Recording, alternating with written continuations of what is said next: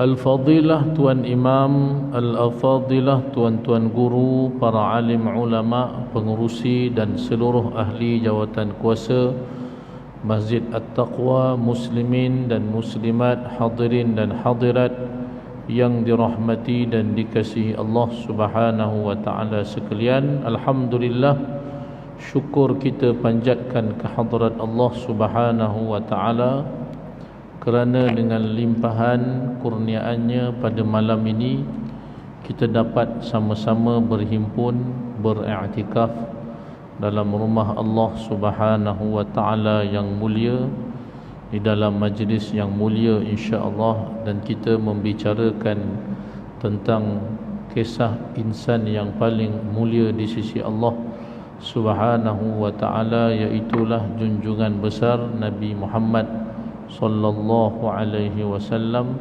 Semoga Allah Subhanahu wa taala memberkati kita, dianugerahkan dalam hati kita kecintaan yang sebenar buat junjungan Nabi Muhammad sallallahu alaihi wasallam.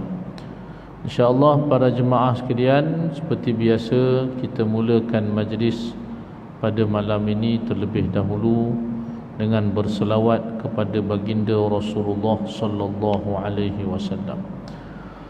Inna Allah wa malaikatahu yusalluna 'alan nabi ya ayyuhalladzina amanu sallu 'alaihi wa sallimu taslima. اللهم صل على سيدنا محمد وعلى آل سيدنا محمد. اللهم صل على سيدنا محمد وعلى آل سيدنا محمد. اللهم صل على سيدنا محمد وعلى آل سيدنا محمد. اللهم صل على سيدنا محمد وعلى آل سيدنا محمد. اللهم صل على سيدنا محمد وعلى آل سيدنا محمد. اللهم صل على سيدنا محمد وعلى آل سيدنا محمد. اللهم صل على سيدنا محمد وعلى آل سيدنا محمد. اللهم صل على سيدنا محمد وعلى آل سيدنا محمد. اللهم صل على سيدنا محمد وعلى آل سيدنا محمد.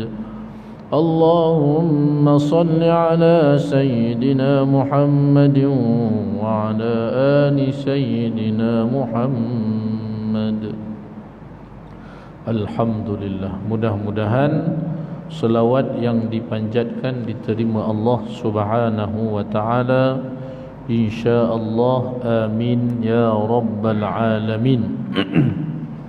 Menerusi kitab Rahiqul Makhtum karangan Asy-Syaikh Shafiyur Rahman Al-Mubarakfuri rahimahullahu taala, wa nafa'ana Allahu bi'ulumihi fid dharain amin.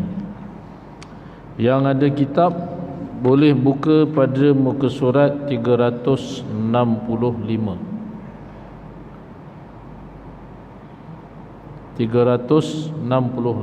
Tajuk Operasi Bahran. Operasi Bahran. Tajuk ni ringkas sahaja tuan-tuan. Tajuk ni ada baki dengan satu lagi tajuk, tajuk Operasi Bahran dan juga Operasi Sariyah Zaid bin Harithah radhiyallahu anhu.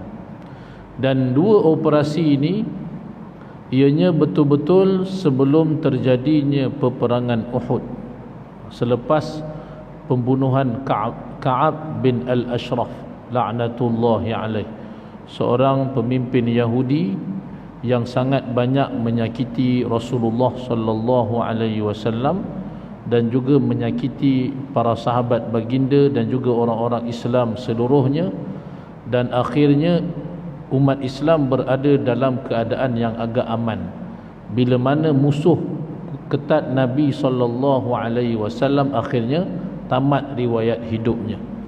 Jadi di situ bermulalah Rasulullah sallallahu alaihi wasallam dan juga orang-orang Islam di bumi Madinah Al-Munawwarah agak digeruni oleh musuh, terutamanya daripada kalangan Yahudi. Jadi mereka tidak boleh sewenang-wenangnya untuk melakukan bertindak yang tidak sepatutnya kepada Nabi sallallahu alaihi wasallam dan juga orang-orang Islam. Selepas daripada pembunuhan Ka'ab bin Al-Ashraf la'natullahi alaih, disebutkan operasi Bahran. Ada dua operasi, tuan-tuan. Operasi ini maknanya operasi peperangan. Operasi peperangan juga dinamakan sebagai Sariyah. Satu operasi tak sempat perang, namanya operasi Bahran. Satu lagi operasi Sariyah Sayyidina Zaid bin Harithah radhiyallahu anhu. Di situ terjadinya sekatan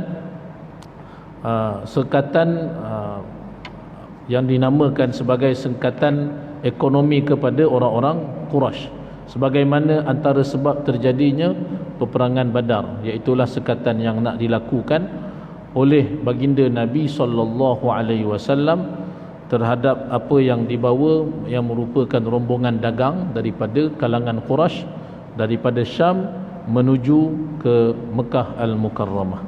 Operasi Bahran, ia adalah misi rondaan ketenteraan yang terbesar, disertai oleh 300 pejuang yang dipimpin oleh Rasulullah sallallahu alaihi wasallam pada bulan Rabiul Awal tahun 3 Hijrah.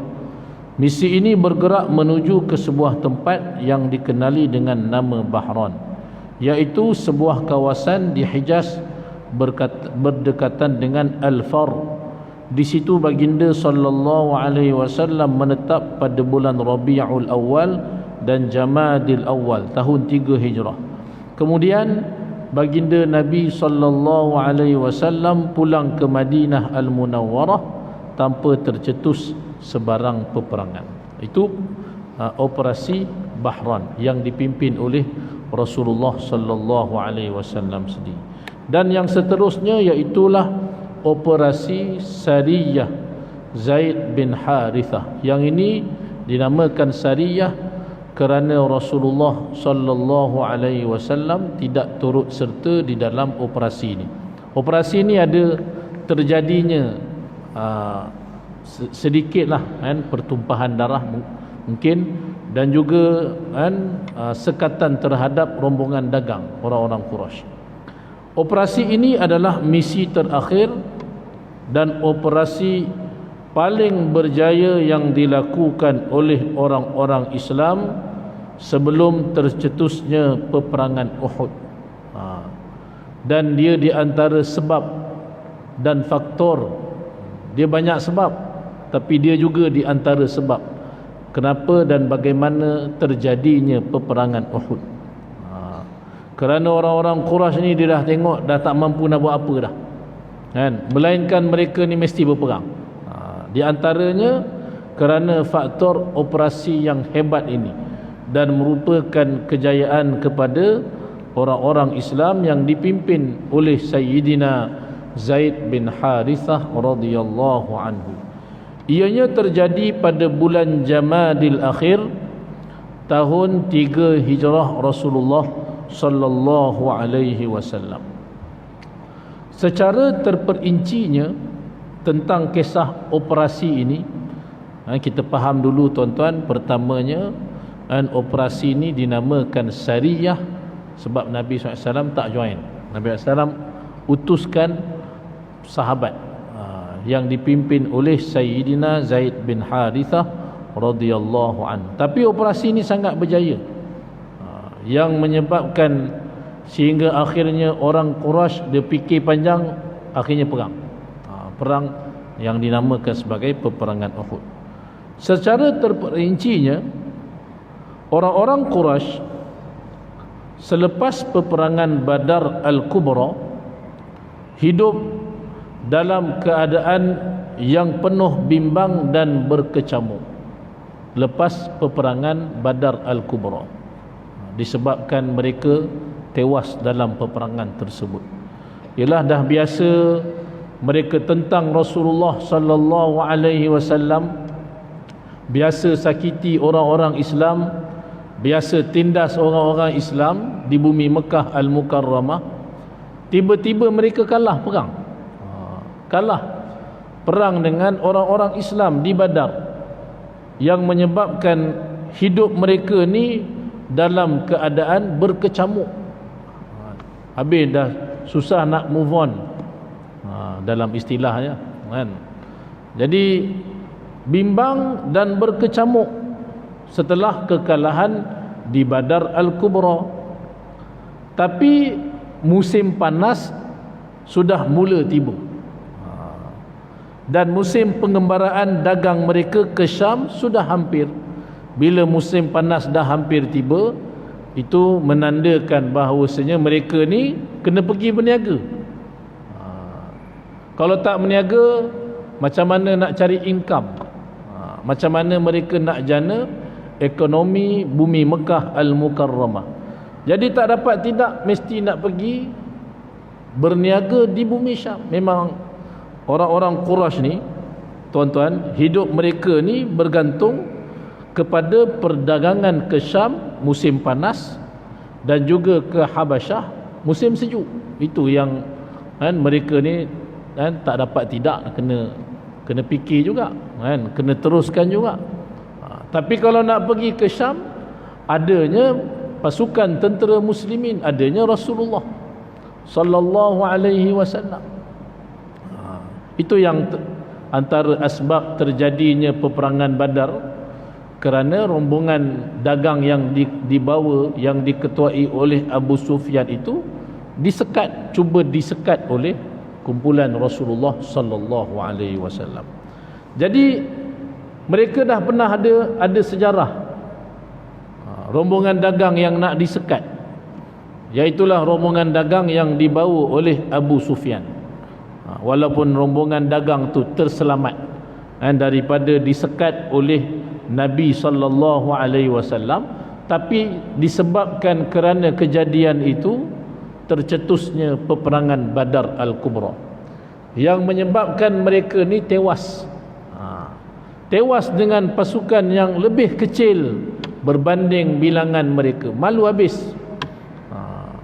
Jadi dah mula dah makan, dah dekat setahun, dah mula masuk musim panas. Musim panas kan, memang kebiasaannya meniaga menuju ke Syam, kena pergi ke Syam untuk meniaga. Dengan masuknya musim ini, timbul satu masalah baru kepada mereka. Safwan bin Umayyah berkata kepada orang-orang Quraisy. Safwan ni anak kepada Umayyah bin Khalaf, tuan kepada Sayyidina Bilal bin Rabah Al-Habashi. Safwan bin Umayyah ni, tuan-tuan, dia musuh ketat Nabi SAW. Dalam peristiwa kan, dia menghantar Umair untuk bunuh Nabi sallallahu alaihi wasallam, yang menyebabkan Umair akhirnya masuk Islam. Dia di antara kan, bersama dengan Umair yang mereka berbincang di Hijr. Safwan bin Umayyah berkata kepada orang-orang Quraisy, dia ialah orang yang dipilih oleh Quraisy pada tahun itu untuk mengepalai angkatan perdagangan mereka ke Syam. Kalau sebelum itu Abu Sufyan, tahun ni dia dipilih untuk membawa barang dagangan orang-orang Quraisy untuk didagangkan di bumi Syam. Kata Safwan bin Umayyah, sesungguhnya Muhammad dan sahabat-sahabatnya pernah menyerang angkatan dagang kita. Kita tidak tahu bagaimana hendak menghadapi sahabat-sahabatnya itu. Mereka tidak meninggalkan kawasan pesisir pantai, sementara penduduk pesisir pantai pula telah menjalinkan perjanjian dengan mereka, serta sebahagian besarnya menyertai Muhammad. Kata Safwan bin Umayyah, dahlah perjalanan nak menuju ke Syam kan, dalam on the way perjalanan tu, tempat tu semuanya ada je tentera Nabi sallallahu alaihi wasallam. Nak lalu di persisiran pantai pun penduduk-penduduk itu semua dah bersama dengan Nabi Muhammad sallallahu alaihi wasallam. Ini hebatnya politik Rasulullah sallallahu alaihi wasallam. Hebat Nabi sallallahu alaihi wasallam. Lepas peperangan Badar, dalam istilah kata tu, ramai dah mula percaya. Jadi orang sekeliling tu dah mula, mereka ni bersama dengan Nabi sallallahu alaihi wasallam. Jadi menyebabkan sukar kepada orang-orang Quraisy ni, mereka nak lalu kawasan tersebut. Nak pergi ke Syam, mesti kena lalu situ. Itu antara hikmah kenapa Allah Subhanahu wa taala memilih Madinah Al-Munawwarah, tempat Nabi sallallahu alaihi wasallam dalam peristiwa hijrah. Itu hikmah dia lah. Padahal Nabi SAW memang dah pergi Taif dah. Nabi SAW mengharapkan yang menolong Nabi sallallahu alaihi wasallam dan juga Islam ini, iaitulah orang-orang Taif, puak-puak Bani Thaqif. Itu hasrat dan harapan Rasulullah SAW. Tapi Allah Subhanahu wa taala mentakdirkan yang lebih baik daripada itu, iaitulah orang-orang Ansar daripada kalangan Madinah Al-Munawwarah, Aus dan juga Khazraj, yang tinggal di bumi Madinah Al-Munawwarah. Jadi antara hikmah dia, kenapa orang Madinah? Sebab ni tempat strategik tu, tuan-tuan. Kalau Taif mungkin tak ada kena mengena. Orang Quraisy nak berdagang, dia mungkin tak lalu Taif, tapi mereka orang Quraisy mesti berdagang, mesti mengembara. Musim panas mesti kena pergi Syam. Nak pergi Syam mesti kena lalu Madinah. Itu hikmah dia. Mesti kena lalu. Kalau tak lalu, maknanya tak boleh pergi ke Syam. Dia bukan ada flight. Sekarang ada flight, boleh merentas. Itu pun tak boleh lalu kawasan musuh, ada ni dah. Ada peluru bawah pun ada juga, tak boleh lalu sewenang-wenangnya, kapal terbang pun.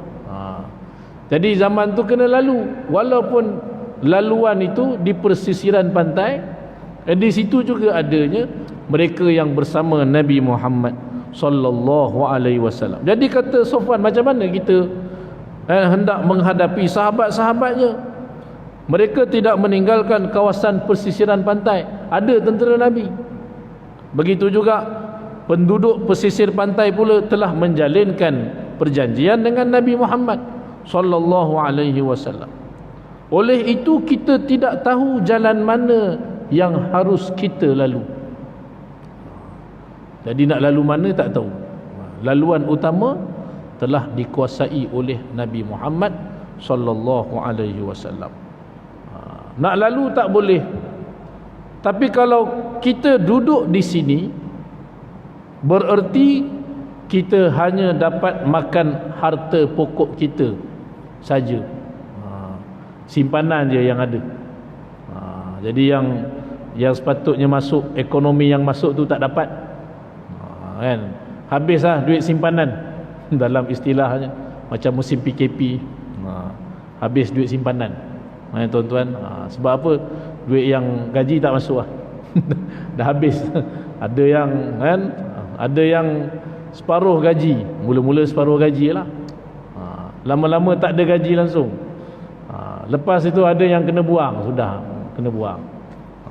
Tak masuk, ekonomi tak masuk, takkan nak duduk je dalam rumah. Itu yang sudahnya tak dapat tidak meniaga. Itu yang penuh tu, semua orang meniaga masa tu, kita boleh faham lah. Bila tak ada ekonomi ni, nak sara keluarga, nak sara anak beranak, nak bagi makan semua, stres. Tuan-tuan, musim PKP dah dapat rasa lah. Ada kenangan kita pada musim PKP yang lalu, dekat 2 tahun juga, tuan-tuan. Tak kurang jugalah para asatizah, ustaz-ustaz. Ada jugalah yang bagi iklan kalau nak ceramah online ke, terpaksa. Rumah sewa kena bayar, tuan-tuan. Anak nak makan. Tapi alhamdulillah bukan saya lah. Dan alhamdulillah lah, nak sebutkan terpaksa tuan-tuan. Nak kuliah tak ada, semua masjid tutup. Nak mengajar tak ada, semua tutup. Masa buka pun dia bagi sikit-sikit je. Jadi memang kita faham lah situasi yang seperti itu, terdesak kan. Baik, Allahumma salli ala sayyidina. Jadi orang Quraisy ni dalam keadaan terdesak, tak boleh macam mana ni kan. Mereka memang kena berniaga untuk jana income ekonomi mereka. Jadi terdesak. Walaupun di hadapan itu bahaya yang menanti, tapi mereka sanggup juga menghadapi risiko. Bila dah terdesak macam tu kan, kalau duduk di sini kita makan harta pokok saja, kemudian tak ada apa-apa yang tinggal bagi kita. Hidup kita ini hanya bergantung kepada perdagangan ke Syam pada musim panas dan ke Habasyah musim sejuk, kata Safwan bin Umayyah. Muslimin para jemaah yang dirahmati dan dikasihi Allah Subhanahu wa taala sekalian, maka terjadilah perbincangan yang hangat tentang masalah ini. Sebab apa? Sebab nak pergi ke Syam, kita sebut tadi masalahnya ada tentera Nabi sallallahu alaihi wasallam. Kalau tak pergi, ekonomi kan tak masuk. Lalu terjadilah perbincangan yang hangat tentang masalah ini. Al-Aswad bin Abdul Muttalib berkata kepada Safwan bin Umayyah, cadangan Al-Aswad bin Abdul Muttalib, elakkan menyusur jalan pantai dan susurilah melalui jalan Iraq, iaitu jalan yang sangat jauh yang terpaksa melalui Najd untuk pergi ke Syam. Jalan jauh, ada jalan jugalah tapi jauh. Jauh tuan-tuan. Jalan ini juga melalui kawasan yang sangat jauh dari Madinah, iaitu di sebelah timurnya. Sedangkan orang-orang Quraisy benar-benar tidak mengetahui jalan ini, jalan jauh. Lepas tu masalah yang kedua, tak tahu pula jalan dia. Satu jauh, satu lagi tak tahu jalan. Yang tahu jalan utama tu sahaja. Macam kita nak pergi ke Melaka contoh, jalan utama mesti lalu Seremban lah, jalan dekat. Kita tak lalu Perak kan tuan-tuan? Ada lalu Perak. Ada ke ada tembus. Tapi ada laluan pergi ke Pahang, boleh juga, tapi jauh lah kan. Kena pula ada orang tak tahu jalan, lebih baik jalan dekat. Itu contoh kan. Mungkin ada contoh-contoh yang lain lagi kan. Allahumma salli ala sayyidina Muhammad. Jadi mereka kan diberikan cadangan oleh Al-Aswad bin Abdul Muttalib, elakkan jalan utama, ikut jalan jauh. Biar jauh asal selamat kan. Tapi masalahnya mereka tak tahu jalan, walaupun jalan yang jauh. Lantaran itu Al-Aswad bin Abdul Muttalib mencadangkan kepada Safwan bin Umayyah supaya mengambil Farrad bin Hayyan daripada Bani Bakar bin Wa'il sebagai penunjuk jalan, dan Safwan akan menjadi perintis dalam perjalanan ini. Itu cadangan daripada Al-Aswad bin Abdul Muttalib. Maknanya ikut jalan lain, jalan yang lebih jauh, dan ada orang yang akan menjadi sebagai penunjuk jalan, iaitu Farrad bin Hayyan. Jadi kalau berjaya dalam misi ini, Safwan bin Umayyah akan menjadi perintis. Yang penting sampai ke Syam, walaupun jalan jauh sekalipun, yang penting sampai. Muslimin para jemaah yang dirahmati dan dikasihi Allah Subhanahu wa taala sekalian. Kemudian keluarlah angkatan dagang Quraisy itu yang diketuai oleh Safwan bin Umayyah, dan plan sebagaimana yang dicadangkan oleh Al-Aswad bin Abdul Muttalib, iaitu melalui jalan yang jauh, jalan baru yang mereka memang tak tahu menahu tentang jalan tersebut. tapi kerana keadaan yang amat mendesak, memang terpaksa kena pergi juga, mereka sanggup untuk melalui jalan itu, sanggup ambil risikolah. Lalu jalan yang baru. Akan tetapi ada terjadi pula masalah buat mereka. Berita angkatan dagang ini serta perancangan perjalanannya sampai ke Madinah Al-Munawwarah, sampai ke pengetahuan Rasulullah sallallahu alaihi wasallam. Bocor juga. Walaupun dah plan baik-baik, dah rahsia, bocor juga. Jadi dengan Nabi jangan main-main sallallahu alaihi wasallam. Kalau bukan berita daripada langit, kadang-kadang Nabi SAW ni, walaupun orang ramai tak tahu, tu cerita Safwan bin Umayyah. Safwan bin Umayyah pernah utus Umair secara berdua, sembang dua, bincang dua, tak ada orang lain tahu. Diutusnya Umair untuk bunuh Nabi SAW. Tiba-tiba Nabi SAW datang je Umair, Nabi SAW sebut, apa yang kamu bincang dengan Safwan dekat Hijr. Nabi SAW tahu, sehingga akhirnya Umair memeluk agama Islam. Kata Umair, memang tak ada orang lain tahu. Tiba-tiba kamu Nabi SAW menyebutkan tentang hal itu, lalu yakin benarlah dia bahawasanya Nabi SAW benar utusan Allah Subhanahu wa ta'ala. Jadi kalaupun bukan berita daripada anggota tentera, ada berita daripada langit. Ini Rasulullah sallallahu alaihi wasallam. Jadi berita ni bocor juga. Bocor juga, dan bila bocor bahaya, bahaya buat mereka. Tapi berita ni tetap sampai di pengetahuan Rasulullah sallallahu alaihi wasallam. Macam mana berita ni boleh bocor? Bocornya berita ini disebabkan kerana Sulaid bin An-Nu'am yang telah memeluk agama Islam. Sulaid bin An-Nu'am, dia masuk Islam, berkumpul dalam satu majlis untuk minum arak.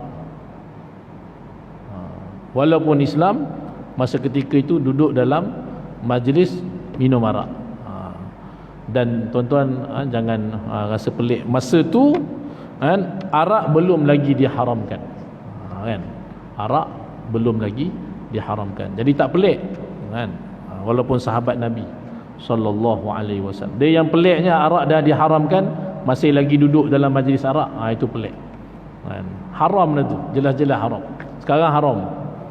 Semua sedia maklum. Tiba-tiba ada orang Islam join majlis tersebut, tiba-tiba minum pula. Itu lagi pelik. Zaman ni seorang sahabat yang bernama Sulaid bin An-Nu'am, dia Islam, dia join dalam majlis arak, dan saat ketika itu arak belum lagi diharamkan. Dengan Nu'aim dia minum, dengan dalam majlis bersamanya Nu'aim bin Mas'ud Al-Ashja'i, yang ketika itu belum masuk Islam. Sahabat dia yang bernama Nu'aim dalam majlis sama. Jadi Nu'aim minum arak, minum sampai akhirnya dia mabuk. Bila dia mabuk, dia pun menceritakan secara terperinci tentang hal angkatan dagang dan perancangan perjalanan, perjalanan anggota mereka. Nu'aim dalam majlis tu minum arak, dia belum masuk Islam masa tu. Dia belum masuk Islam. Lepas tu masuk Islam bersama dengan sahabatnya Sulaid bin An-Nu'am. Sahabat ni dia dah masuk Islam, dia duduk dalam majlis arak. Jadi Nu'aim minum arak, akhirnya mabuk. Bila mabuk, dia cerita tentang omongan dagang, padahal cerita itu sangat rahsia. Tapi orang mabuk nak jadi hikmah, yang cerita tu daripada kalangan bukan Islam. Dia mabuk, akhirnya dia cerita. Lantas dengan segera Sulaid bin An-Nu'am radhiyallahu anhu bergegas pergi bertemu dengan Nabi sallallahu alaihi wasallam dan menceritakan akan berita itu, walaupun dah rahsia, dah simpan rapi-rapi, tapi nak jadi cerita, nak jadi hikmah. Nabi sallallahu alaihi wasallam tahu juga berita, walaupun bukan daripada anggota tentera perisikan sebagainya, daripada Sulaid bin An-Nu'aim yang join dalam majlis minum arak. Sahabat dia mabuk, sahabat dia cerita, dapat berita tu daripada majlis arak. Muslimin, para jemaah yang dirahmati dan dikasihi Allah Subhanahu wa taala sekalian. Rasulullah sallallahu alaihi wasallam menyiapkan satu pasukan yang terdiri daripada 100 anggota berkenderaan yang diketuai oleh Sayyidina Zaid bin Harithah Al-Kalbi radhiyallahu anhu.